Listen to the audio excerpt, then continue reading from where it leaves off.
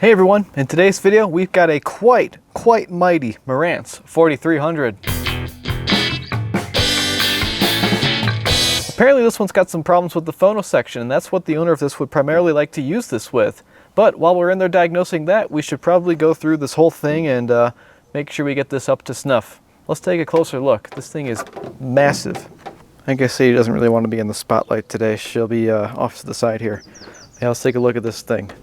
The Marantz 4300, 100 watts per channel into stereo, but 40 into quadraphonic, which most people are not really trying to use these days. Quadraphonic media is harder to come by, didn't last very long, and well, I think it wasn't very successful for a reason. Not many people had the space for 4 speakers. You could sell the public on 2 speakers for stereo, but not 4. Anyways, this thing is in honestly quite remarkable condition. I mean, you just saw the faceplate. I'll show it again from this angle. I'm not really seeing too many scratches here. I haven't looked closely in the light just yet. A few small dings and scratches on the wood case. I think this is an original WC-43. I'm not exactly sure. I've actually never seen a WC-43 wood case in person. You'll see we have 3 balance sliders, which is always something kind of interesting to see. We've got our Dolby stuff over here that no one ever used, and over here is your typical stuff that you'd expect to see on a Marantz receiver, your filters, loudness buttons, speaker controls, and all these knobs here. Let's take a note of what we've got here. Volume, power, treble, mid, bass, all very typical things. And these little symbols right here, that's so you can control both your right and left channels independently from one another. These knobs are, here if I can get it with one hand. See that right there? I can turn down the bass on one channel but turn it up on the other, or vice versa. So pretty cool there. Anyways, dimension. What does that do? Mode, you know, mono, 2-channel, whatever. Tape monitors, nice to have that. And then of course selector and a Dolby knob. So a lot of this stuff you probably wouldn't use today too much, but I mean, just look at this thing. I don't care that I'm not using it, I just like the way it looks. We'll see how many bulbs are either burnt out or not burnt out in a minute here. Let's go to the back, because the back is just as interesting. With these quadraphonic receivers, there's a lot of places to plug things in. Like, you know, like for 8 speakers, that's a lot of speakers. Down here is your power mode switch. If you want to run in 4-channel mode, you switch that to the 40 watt. But I believe we are in the 100 watt, which is where it should be. We've got some Dolby adjustments in the back, and then inputs for both the front and rear speakers for your quadraphonic. Pretty cool stuff here. And then we'll take a look at this side. Pretty good shape. This thing is in beautiful condition. And this kitty is loving soaking up the sun, isn't she? And my neighbor decided to mow their lawn right now. So how about we get this inside and see how it's running. So first things first, let's just turn it on and see if we get a relay click and if we have any burnt out lamps. We know this was at least working before, so no harm in just powering it straight up. It would help if I turned on my power switch there. Okay, let's try that again. Aha! Would you look at that? This thing has been converted to LEDs. I just heard a relay click and we are in the phono position. But it would appear that they have not converted the indicator lamps to LEDs, which is kind of a pet peeve of mine. You can kind of see how blue the dial is, but then that phono indicator, it's got a bit of a yellow tint to it. That means it's still an incandescent bulb in there, very likely. So let's kind of go through and see what else works here. On the selector, FM light works, AM light works. It looks like the FM radio probably works. Yep. We get stereo. The meters are moving. CD4 indicator works. If we hit Dolby in FM mode, we'll probably get that lamp out there. Yep, we sure do. And then right in there, there's a 4-channel quad light. I think that was the logo for quadraphonic back in the day. That probably works, but we'd have to switch the switch in the back to 4-channel mode, and I don't want to do that just yet. I want to get a baseline for how this is working in just good old stereo mode. Next thing we'll do, let's measure the DC offset at the very back. And this is going to tell us if we've got anything less than ideal happening at our speaker terminals. You don't want DC out of your amplifier, you want AC only. So we've got the speakers turned on. Let's see if I jam my probes in here. Do we get anything? We got 12 millivolts out of the right and -5 millivolts out of the left. So that's extremely healthy. It's becoming increasingly obvious that somebody has been here before, and maybe they missed something with the phono section or something. We'll get our speakers connected.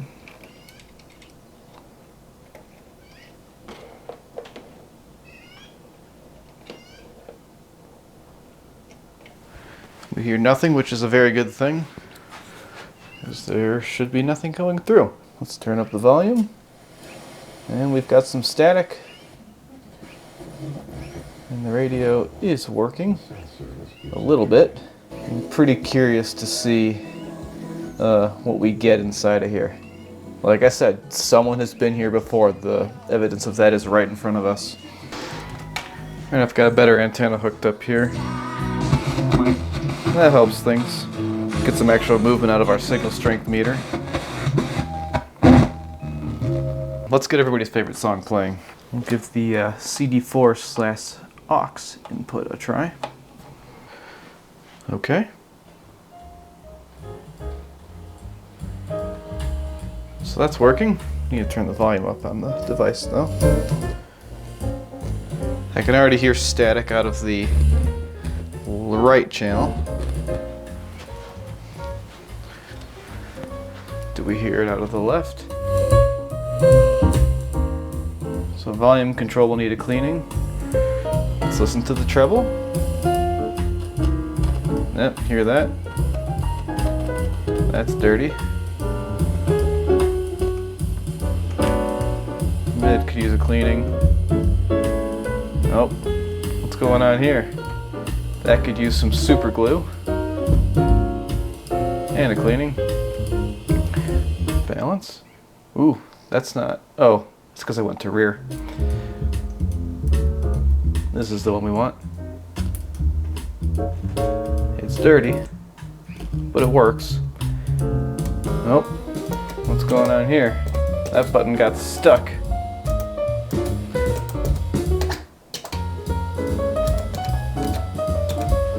So we'll need to adjust that low filter button getting stuck.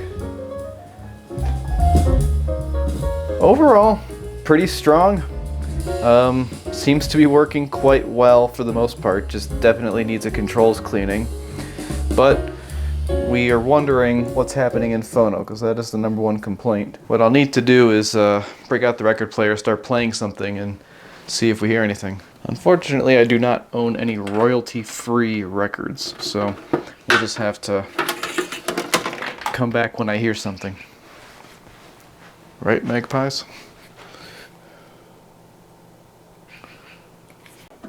Okay, we've got hooked on classics. Let's see how she sounds. Sounds good so far.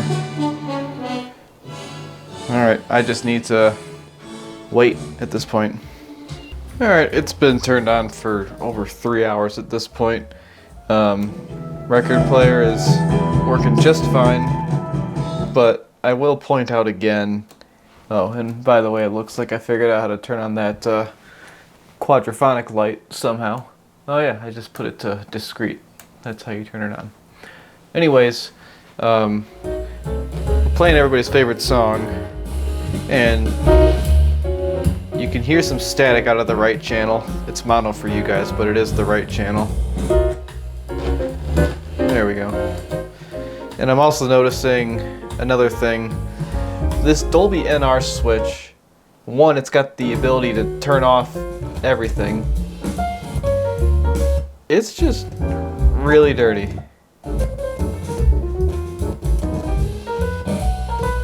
So I'm willing to bet that a lot of what the customer's complaints are rooting from is simply dirty controls. And as we've seen multiple times on this channel, dirty controls can lead to a lot of crazy stuff. So next steps for this are we're going to just do a controls cleaning, a general service on this thing. We're going to get it out of this, I believe it's an original WC-43 wood case. I've never even seen one in person. It's very nice. We'll just take a look inside. Curious to see what it looks like inside because of our LED job here that I'm indifferent on. But anyways, that's what's coming up next. Let's get this thing taken apart.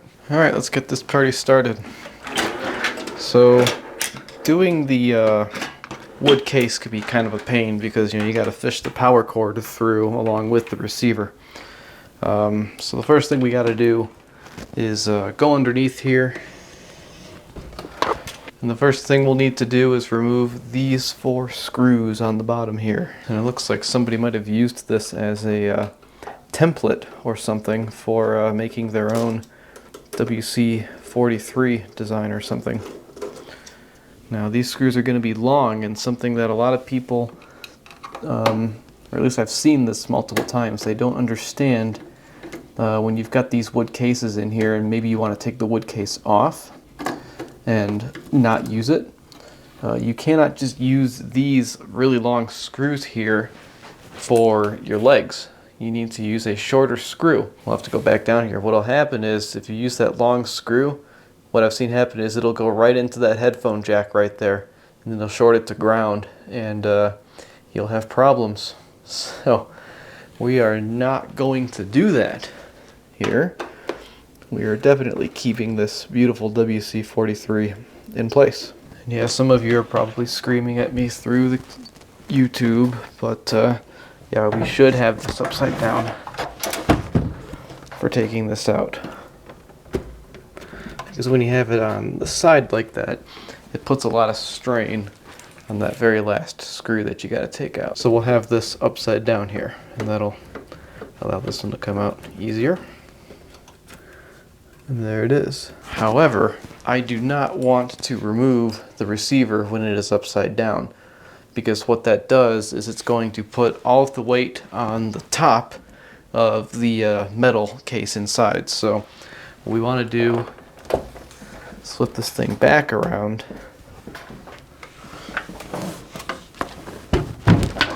Yeah, it's extremely heavy. We'll push back, and we'll put our fingers on the rear panel, start sliding it forward. And we're not going to grab by any of these knobs or anything because that's going to be bad. They will bend. We want to get it so the bottom edge of the faceplate, we can get it with our fingers, kind of like this. And we can lift up on that.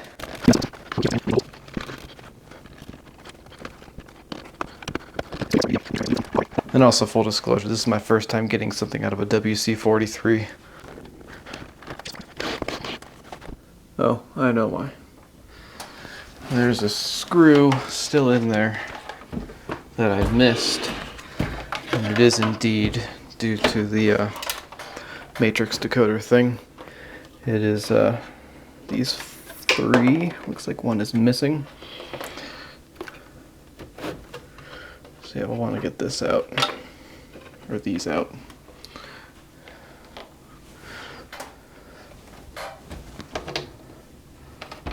So now we'll probably slide a lot better. We do.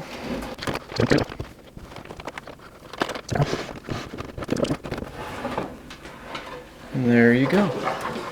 Put this off to the side, and we'll bring this back up. Now we have a less than ideal situation of no legs on the receiver, which I'm not a huge fan of, but we will persevere. Let's get this metal cover off and actually take a look inside. Of course, with these size chassis Marantz, you have the screws on top as well.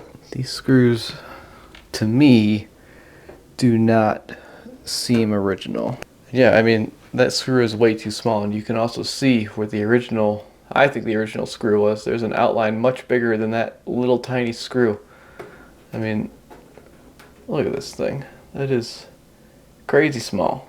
But anyways, let's get this cover off. And what's inside? Very clean. Oh! Oh! It's been recapped. Interesting. Oh, this is restored. Wild. That is really interesting. Yeah, oh man, we'll definitely need to look very closely at this and do some roasting if necessary. But so far, looks very clean. Yeah, I guess that lines up with the LEDs, but they didn't replace the incandescents. There's your manufacture date, 1975. And this looks like an old I Rebuild Marantz kit. And I know this because that's how I learned. I bought one back in the day. And Randy gives you Pioneer FC capacitors. And then also they would come with this style of Panasonic filter capacitor right here. So very interesting. This is a restored 4300. So that makes it even more disappointing for me that the controls are dirty. Okay, here's a good indicator. Look at this person's soldering job on the meter there. It looks pretty factory, and they retained the original lead sleeving or whatever for that capacitor. So, and they managed to not break the plastic there. And what's very interesting to me is this is a plastic housing that you see on the later Marantz receivers, but over here there is not a plastic housing for the lamps. It is metal. So you've got a combination of the two. That's really interesting. We'll have to go underneath and check out the Phono preamplifier and see if they did any restoration work on that. But first, I want to pull these covers here on these amplifier boards, and I want to take a look and see what's going on the other side of that.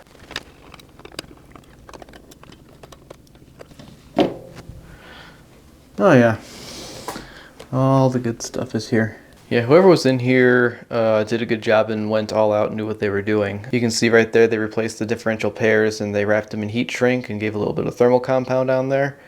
All of these capacitors are replaced. I don't see any original electrolytics, and all the capacitors are placed very neatly. Pretty cool. I was not expecting to have a, dare I say, nicely restored 4300 when I picked this up. It's kind of nice to see. And yeah, one more bit of detail I'm seeing. It's kind of hard to get it on camera, but you can see right next to that trim pot there's two 1N4148s in series, and then there's two more underneath that resistor there. In fact, maybe I'll just bend that up so you can see it a little better. Let's go back. Yeah, there they are. So someone did everything. Someone wasted no time and did this properly. I'm sure the other side is the same. So I have no desire to take off that heatsink cover. So we'll just let that be. Put this one back. Let's take off the bottom cover as soon as this is all reassembled and see what's going on under there.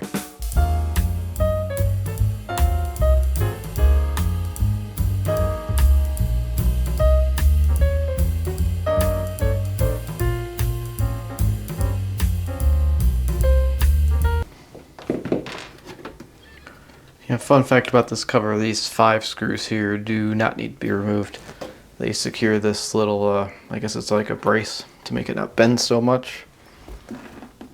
But yeah, oh boy, yeah, under here, yeah, everything's been done. Except for transistor replacements on the preamplifier here.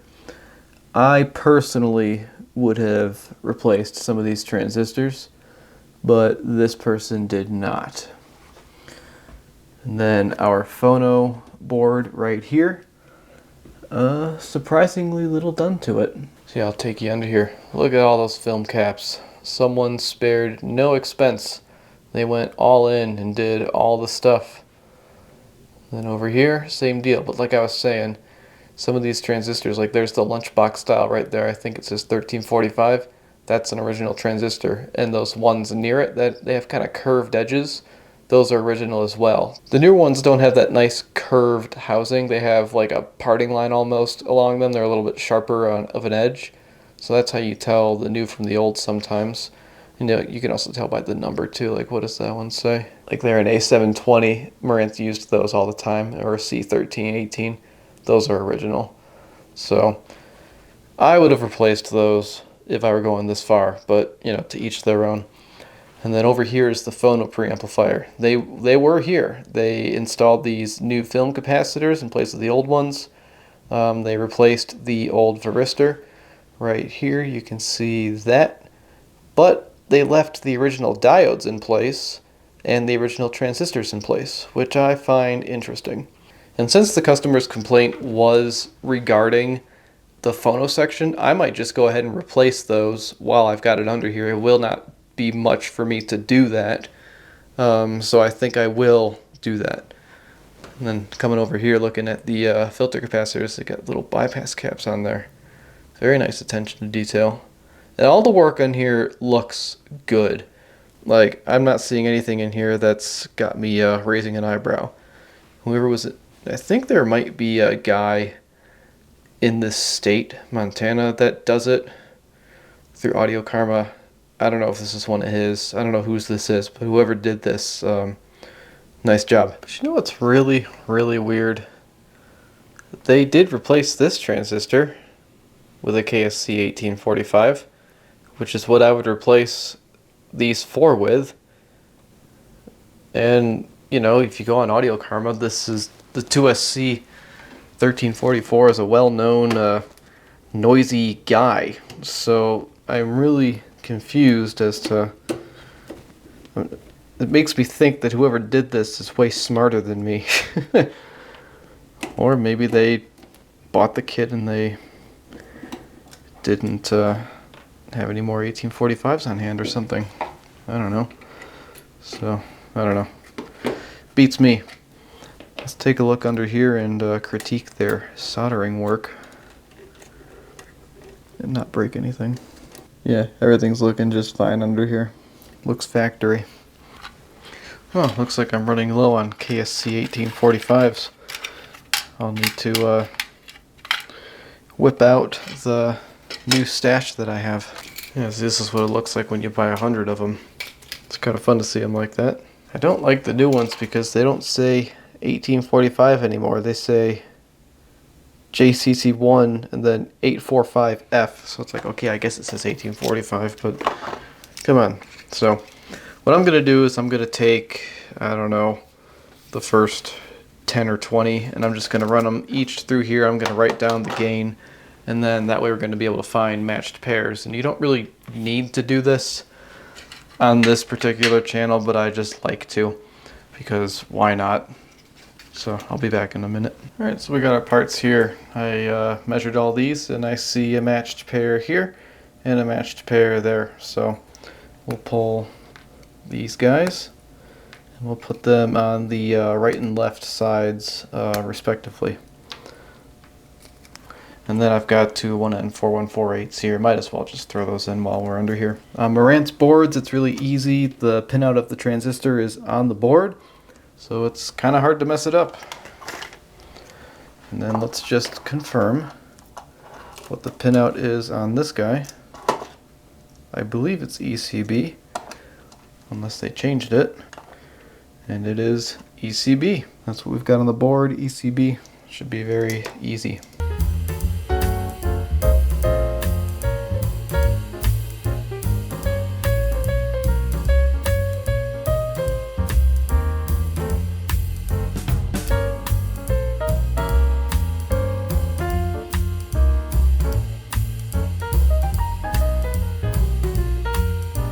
And, you know, the diodes, they actually shared a solder joint with the transistors, so it's just two more solder joints to undo to replace the diodes instead of four. There we are. Alright, let's put that back together. And that'll probably have done nothing, but, you know, better safe than sorry. The complaint was reduced output or static in Phono, so that is a potential culprit as far as I'm concerned. Alright, it's back together. I would have had the screws going in on camera, but I forgot to adjust the camera. Sorry about that. Now, it would be nice to go over here to the preamplifier board and start addressing some of the old transistors I see in there, but you gotta draw the lines somewhere, and that's where I'm drawing the line on this particular repair. That's a lot of transistors, it's a lot more work. If we have to go there later, we can. I'm about getting ready to clean the controls here, and unfortunately it looks like we might have to take off the faceplate to get these bass mid treble controls, and they do need it. I heard noise in there. But I'm just kind of noting these potentiometers. So I want you to pay attention. Let's go over to here. This is the selector switch.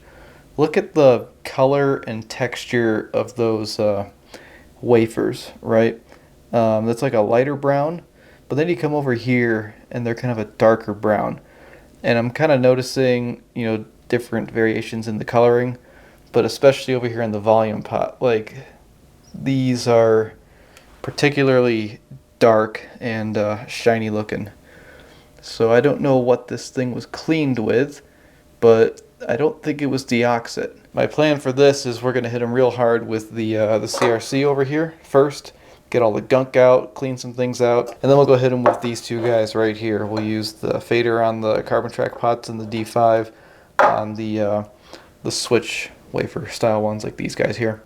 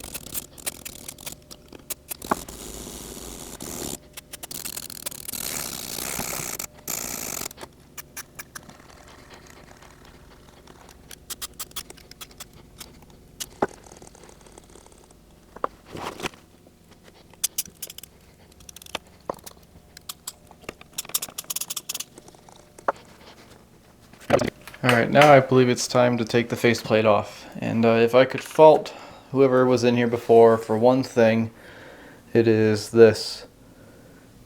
See that ring around that faceplate bolt? That's from a socket going in there. And not paying attention to how the socket can rub on the faceplate and leave that circular mark. That's something I'm always paying attention to when I'm taking faceplates off of this generation Marantz with these special hex bolts. I believe they are 8mm, and you don't put your tool against the faceplate, you leave it out slightly so that you don't leave that, that circular mark. And also, we're sitting on the faceplate right now. Let's bring this like that. So we're not sitting on the faceplate and we're not putting shear on these bolts. I believe they're just aluminum, so you want to be careful. They will break easily. Do not over torque them. And now this is probably my least favorite part of servicing a Marantz, is pulling off each one of these knobs and hoping it's okay. 'Cause sometimes they don't want to come off. And it can be frustrating, it can be scary, it can be painful. And then obviously you have that happen sometimes. But we'll get that taken care of later. On these Dolby models, these four are actually potentiometers, and these can be real painful to get off. Okay, I'd say I got pretty lucky with that one. And that's finger tight, which I like. Okay, this is the part where the faceplate can come off. Oh, almost forgot the balance sliders. We gotta pull those. These generally not too bad. Okay, should slide right off. And there we are. And of course we're going right here, undo these three nuts for these potentiometers. They are between 10 and 12 millimeters, depending on what is going on. Looks like today it's gonna be a 12. Alrighty. Normally I can just get these off with the deep socket by hand. Yep, there's one. There's two. Let's try this one. And there's three. Alright, everything's coming apart.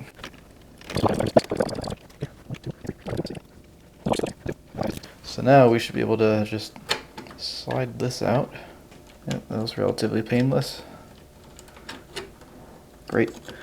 And that actually gives us excellent access to all these push buttons down here, which are the ones we truly do care about. And wow. Yeah, whoever was in here, they did it all. Look at this. Look at these film caps in here even. I could have gotten just the bass and treble ones, but this mid one, I can't get a nozzle in here unless I'm opened up like this.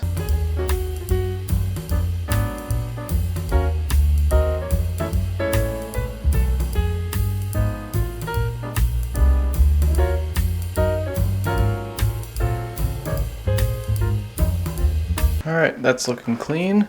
Now if we look in here, we can see what's going on with the push button switches. You can see that moving around in there.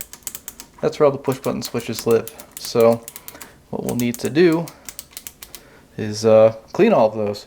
And for those we can just stick some D5 right down in there. And honestly, if I recall, some of these were sticky before and now they're not.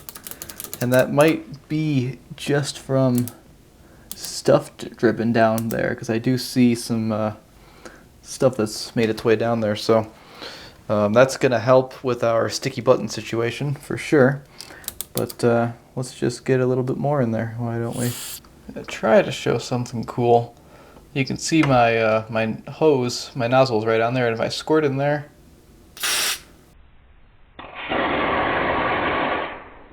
you can see how it really just went like everywhere, and it even kind of came out of where that actuator is for the switch, like, you know, the little springy bit that makes it lock in and out. That guy moving right there. That's just moving along a plastic track on the switch plunger. So yeah, if you just kind of get your nozzle on that opening there, it kind of finds its way to go everywhere.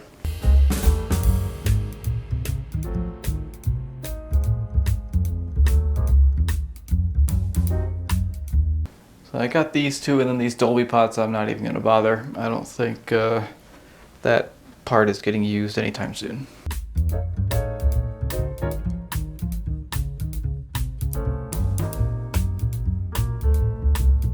It was funny, when I was handling this earlier, I could have sworn I heard like something moving around in here.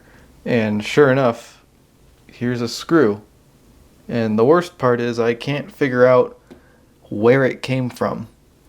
I don't know where this screw came from, so must have been left over from the other guy, I guess.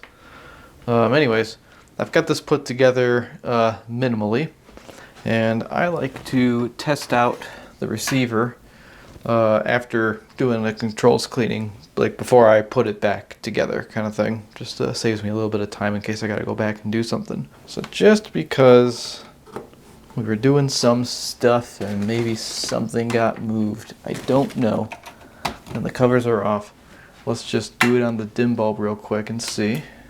And we are just fine. Nothing wrong with this receiver. So let's get our speakers back in.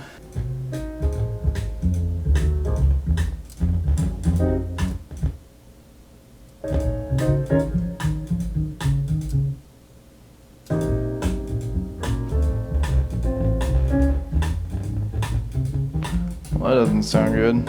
I don't know what's causing that, or if it's a switch causing that at all. I think I gotta hit this tomorrow and get the scope out. I found it. I played around with it off camera and I found it. Alright, so we're just on the right channel, and I want you to pay attention to something here. So I'm gonna turn that down, then listen. Did you hear that click? Now listen again. What does that sound like? Sounds like a speaker protection relay. Well, guess what? They did the speakers in an interesting way on the 4300. I have not looked at the schematic, but I'm sure we'd see this guy. Instead of controlling the speakers with switches, you know, like having the actual signal be toggled by that switch right there, they did it with relays. I'll turn it back up with the speaker on. And now, yep, I'm on it. I'm gonna put my finger back here. You hear that? Listen. The issue is not in these switches, it's in that relay. So, of course, that's gonna cause all kinds of crazy trouble, no matter what input you're in. Let's see if I go to the left channel, and see, the left channel is like louder. Oh yeah, wow, that's crazy. Listen to that. Let's go completely out. So that is obviously very bad. We're gonna need to pull that apart back there, see what kind of relay it is, and put a new one in. Now, how do we do that? That's gonna be obnoxious. I have to pull the entire back cover. Alright, it's been a week or two, but we're back. So we have identified the problem pretty clearly as it's these relays here. Like if you take those relays and you move them with your fingers, it's not good. Bad things happen. We lose signals. So that could be one of two things. One, the new relay is, yeah, and also, by the way, this is a new relay, which I think is really odd that a new relay would be having this problem so early after a restoration. And then number two thing could be the solder joints on the back of the board just aren't that good. So the only way to check that is to remove this board. It'll be tough for me to show this, but there's a screw in there that you cannot get without removing all this power supply stuff. So what I think, actually, and also you need to remove this power amplifier module as well. I think what would be easiest is actually take the entire back panel off of the receiver. So let's flip it around real quick. If you look here, the speaker terminals are, yes, part of the board, and they're secured with these screws on the entire board, but they're also soldered directly to the board on the other side with these big guys right here. And if you look, these ones appear to be, you know, untouched, but over here you can tell that someone has been in here before. So like right there, that massive solder joint, that is the positive speaker terminal. And there's one right there too. So the question is, how do I get a soldering iron in there to undo those so this whole thing can come off, so then I can see the solder joints on the back of the relay, which I need to get to replace the relay anyway. So like I gotta do this. It looks like the easiest way would be to remove the rest of this stuff so that I can flip this all the way down, right? But I think I might take out the amplifier module instead, because those fasteners are a little easier to work with, and that'll get me the room I need.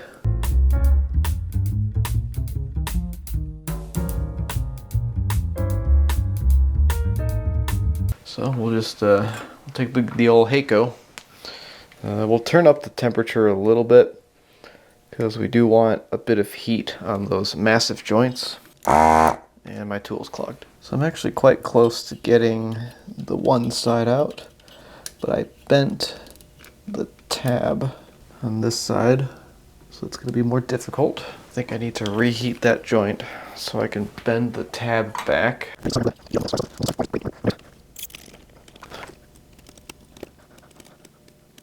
I believe I have freed that one.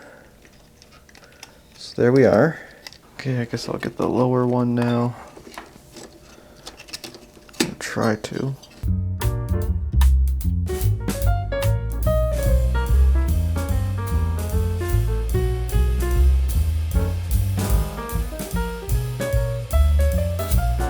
Okay, I've got the bottom one free. But here's what's real interesting, folks. Can you see that? There's a piece of paper behind all of this. And there's your solder joints. So now we can finally see what's going on at the relay. And if I'm being honest, it looks factory. Just like all the other work that's been done on this thing. I'm just really impressed. I guess they, I think they did an approach similar to me. Like, I don't see a fold mark in this paper, but I don't have to fold it very much to expose these. These ones look like they've never been removed, but these ones obviously have been. So yeah, that answers our question about the solder joints. Everything looked good there. With these relays themselves, I guess I find it hard to believe, or I'm just very disappointed that they're already having issues, because they are new replacements, because you can tell they're new because the old ones would say made in Japan, and they would generally have a red wire for the contacts. But these ones, they say designed in Japan, made in China. And then another fun note about these relays, I looked them up, the MY402 48 VDC. Yes, 48 VDC. This is a 48 volt coil, whereas every single other Marantz and Pioneer or whatever I've ever worked on has had a 24 volt coil. This has 48 volt. And that makes this relay unobtainium. They stopped making it. So I need to figure out what I'm about to do here, because I'm nearly certain that they are the problem. So what do? Do I find a 24 volt coil and put a resistor in series with the coil, and then make sure that voltage drop is 24 across the coil instead of 48? Maybe that's what I do. But why didn't Marantz just do that initially with 20? I don't know. I don't know why they did that. Why is this 48 volts and everything else they ever made is 24 volts? I don't know. And then I also had this thought go through my head, well, what if you just subbed it in for an MY2, which is something that I've done before on Pioneers, like a Pioneer stereo receiver. They used MY4s with the 4 contacts on the relay, and I just subbed it in MY2 because it worked. Well, you can't do that here because this is quadraphonic. Each contact goes to its own channel, unlike a stereo receiver that's using an MY4. So I'll just need to figure out what to do about that. All right, well, some good news. I was able to source drop-in replacement relays. They are these guys. I got them on eBay. You can find these on like other electronic parts websites that are not Mauser and DigiKey. So these are, it says they're made in Italy, I believe, because the Omron part is not made anymore. So to replace these, I'm going to have to pull this paper back, and there's all my solder joints right in there. And there's simply no way I'm going to get that on camera. So I'm just going to do that and come back when the job is done. Okay, I got them out. I've got one new one in, just about to be put in. I haven't soldered it yet.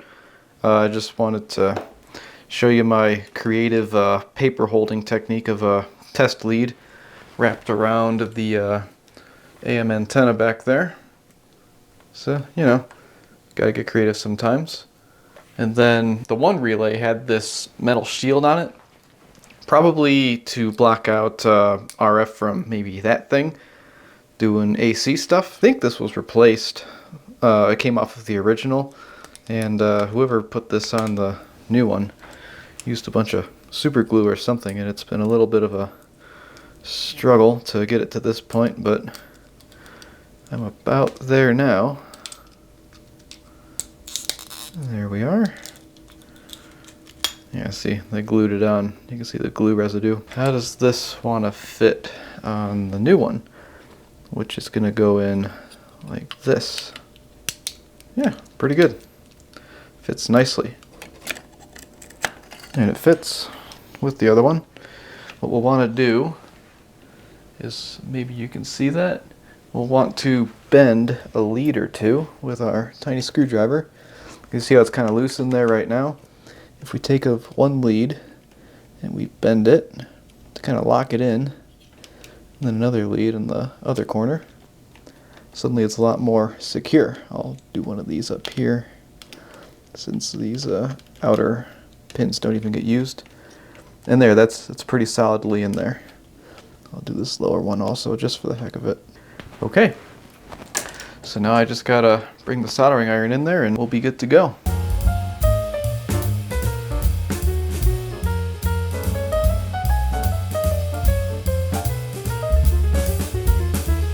Okay, our relays have been replaced. And now for the fun job of figuring out how we're gonna put this all back together.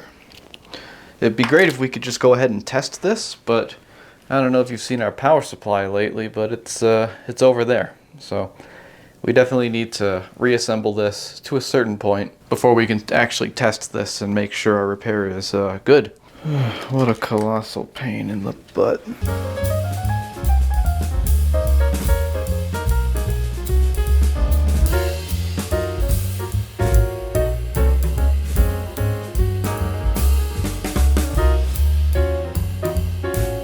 Real quick, what I've done here is I have secured these two to the brackets.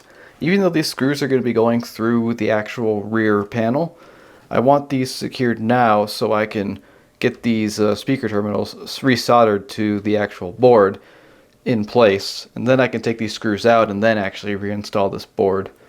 So that's what's going on there. And for these joints, we will want to use plenty of solder because they are big joints.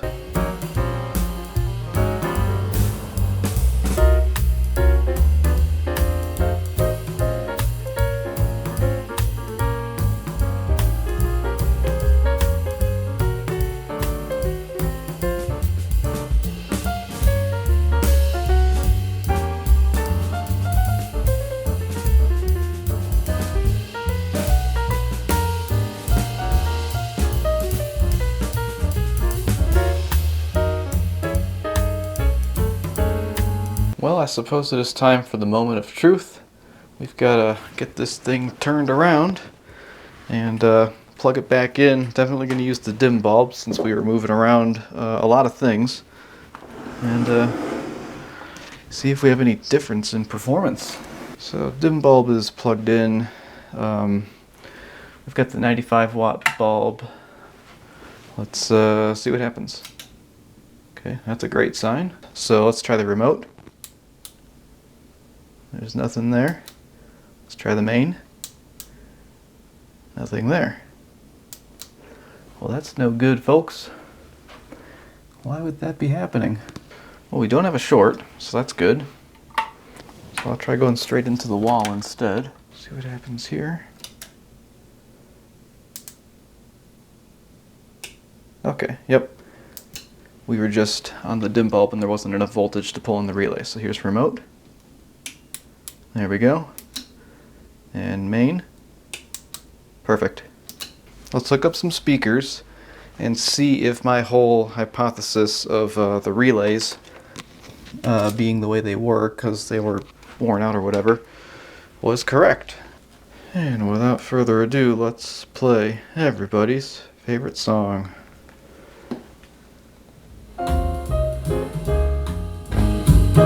Well, it's working out of both channels. Let's see. Yeah. It's not doing that thing anymore. Perfect. I'm confused, but you know, this is $20 each for the relays and for the problem to be solved. Not bad. However, there's one more problem that still needs to be solved. Remember when I cleaned up all the controls? The right channel volume pot wafer still makes a bunch of noise.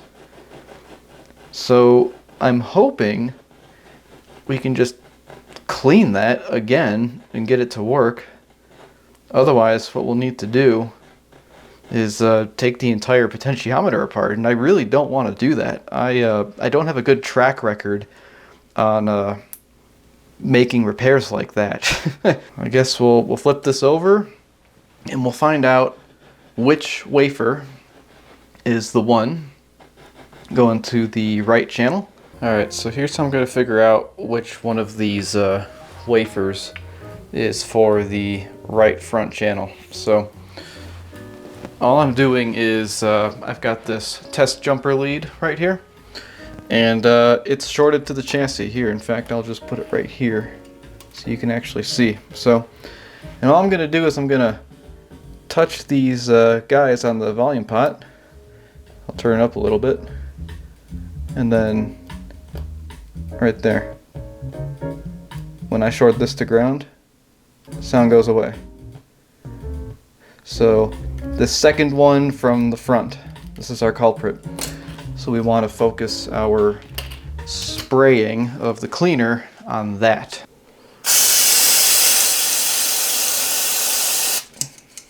We'll let that kind of dry, and then we'll put our F5 back in there, maybe even some F100. There's a bunch of cat hair on my tips here. I guess I can give that a shot now. See what happens.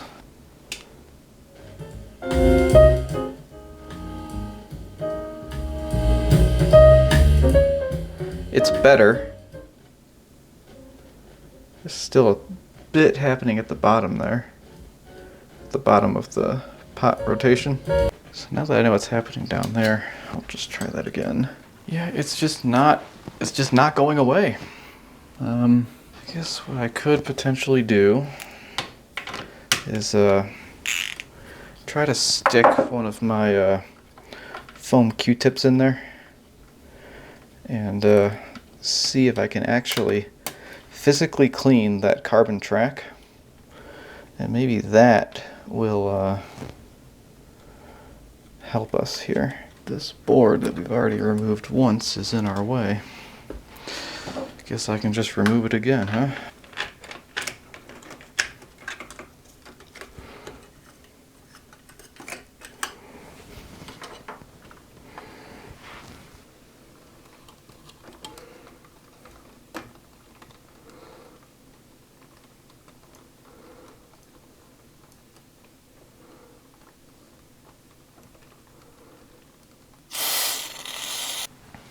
Okay, let's try that. Oh, I think I got it. It's a lot better. Yeah, I got it. So yeah, I just took one of these foam Q-tips. I think somebody put like literal grease in there at some point. And that's a shame. If you look inside of the potentiometer, you can see where that wiper is on the carbon track.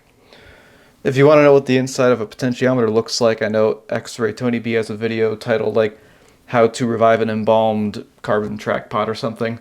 You can see like when you take it apart, this little wafer, this circuit board has a carbon track on it, and there's a wiper going along it, and that changes the resistance of the circuit, allowing you to, you know, adjust the volume of your music. It needed mechanical removal of whatever the heck was in there. I was bringing up that wiper, like you can see it in there.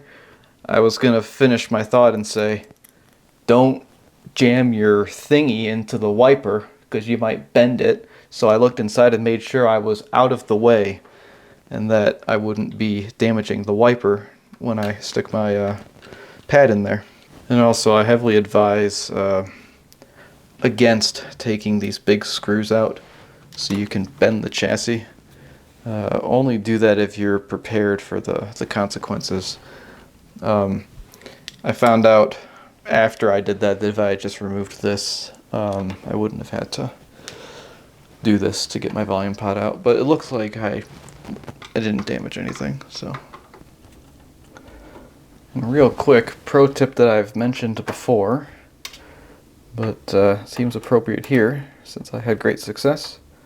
Do not tighten these screws until each one of the screws has been threaded in, because you want all the screw holes to line up perfectly, and when they're all loose, like some of them still are, you have that movement in the cover so you can get them all to line up. Whereas if you were to tighten that first one all the way, chances are a number of the other screws will not line up and will not tighten.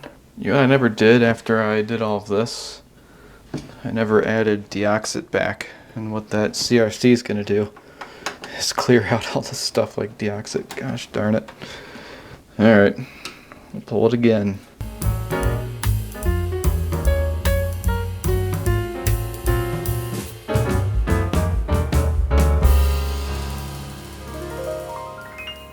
Yeah, I hear nothing out of that volume pot.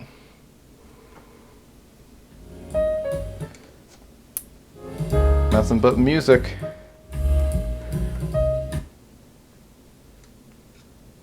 I love it. This is good stuff. Well, now that we are repaired, the only thing left to do really is check the DC offset, check the amplifier's bias, and run a power test if we really feel like it, but I don't know. Sounds great though. This is a really nice amp now. For the bias adjustment on this amp, it looks like you gotta take the covers off of the sides of the amplifier boards, and then you see those big old ceramic resistors. There's some looped ends on there, and you're supposed to adjust your trim pot for 12 millivolts. So this has been warmed up a little bit, and I see 12.5 right there, so I feel pretty good about that. I think I'm going to leave that side alone. Now the service manual doesn't make this very clear, and the thread I'm reading on Audio Karma doesn't make it that clear either, but I think you check both sides, because remember we have 4 channels here, so we have 4 different power amplifier sections. I think we adjust each one of them to 12 millivolts. So if I may, actually, you know, I'm feeling a little nervous today. So what I'm going to do is I'm going to power off, and then I'm going to move my meters, because I'm thinking about my fun times with my Carver M 1.5T and the Tandberg. Subscribers will recall those videos. If you turn the unit off when you move your probes around, you don't run the risk of shorting stuff nearly as much. So let's see what this one looks like. 13.2 looks pretty good to me. And in just playing around with this amp and like feeling the temperature of the heat sinks, they've been relatively cool and even with one another. Yeah, this looks fine to me. I don't really see much reason to mess with that, because that should be all right. Okay, I'll go ahead and do the other side. So I'll keep the meter in your view, but I'll switch it to the other side here. And like I said, the amp is warmed up. We are off the dim bulb. There, 11, coming up to 12. That looks fine to me. So I won't touch that one either. Turn off one last time. Go to our last power amplifier bias circuit. What does this one give us? Another 12. And if we recall for the very beginning of the video, when we checked the DC offset, it was very good. It was like below 20, which is fine. You know, it's supposed to be 0, of course, but it will drift just by the nature of how the amplifier works. This is looking great. I like it. So I suppose the last thing to do would be a power test. Let's see if this is making its 100 watts per channel in 2-channel mode. I don't think I'm going to try out quadraphonic mode. This is just going to be a lot of work for me, and nobody's running this in quadraphonic mode. And what that power test is also going to give us is it's going to give us the ability to look at each channel, make sure each one is tracking the same, and make sure our volume pot is actually working as it should, you know. So let me get ready for that.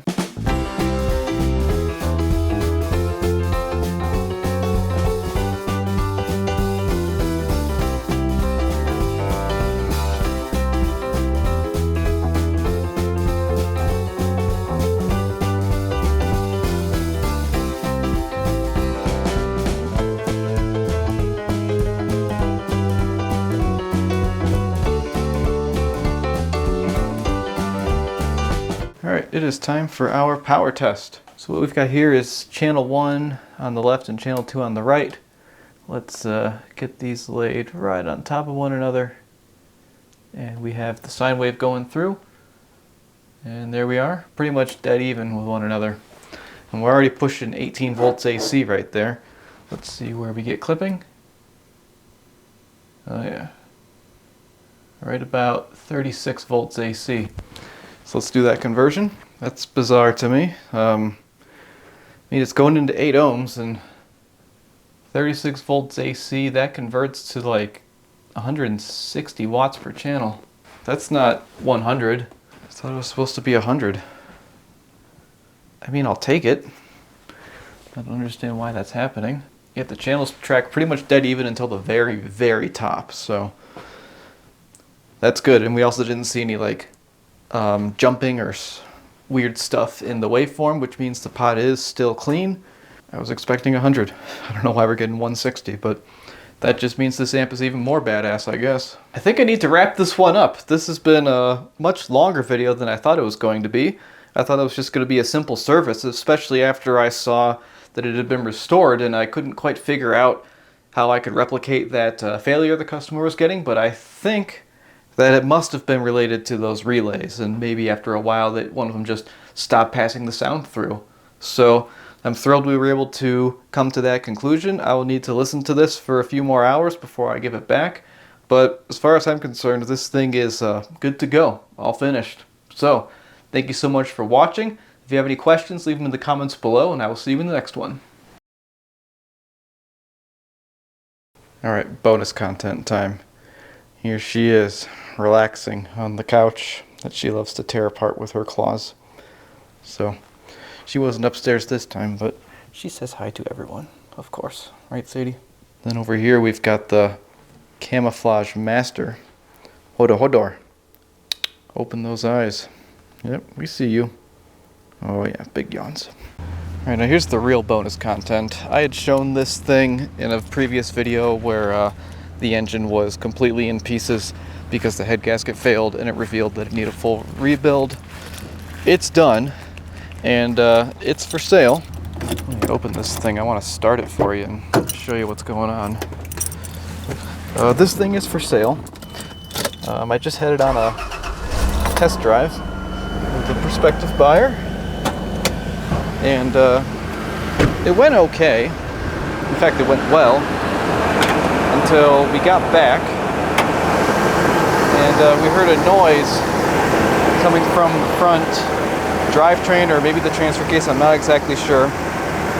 And shame on me for not doing my due diligence as a seller, but I looked inside of the differential under here and I saw a bunch of black goo where there's supposed to be oil, and what that means is the seal between this knuckle and the differential oil failed, and to replace that you must tear down the entire axle, basically. Well, not the differential, but like the axle ends, the knuckles you call them. So I thought I was about ready to sell this thing, and I'm not. And if I want to make my money back on the rebuild and all the other work I've done, I unfortunately need to do the knuckle job, which is considered a rite of passage job in the Land Cruiser world. That's the project update. Oh yeah, and then here's our new friend. I picked this up a little while ago. It too needs an engine, but let me show you the odometer here, because you're not going to believe this, that it needs an engine at, what does that say? 22,000 original miles on a 1991 Miata? How is that possible? Well, previous owner was not the smartest, I guess. Failed oil change, double gasketed the oil filter. Now it has rod knock. But it runs and drives, so that's cool. I drove it on a date with my wife last night. And I picked this engine up for $400. So now I've got a parts unit. Yeah, that is the update. And everyone loves this, right?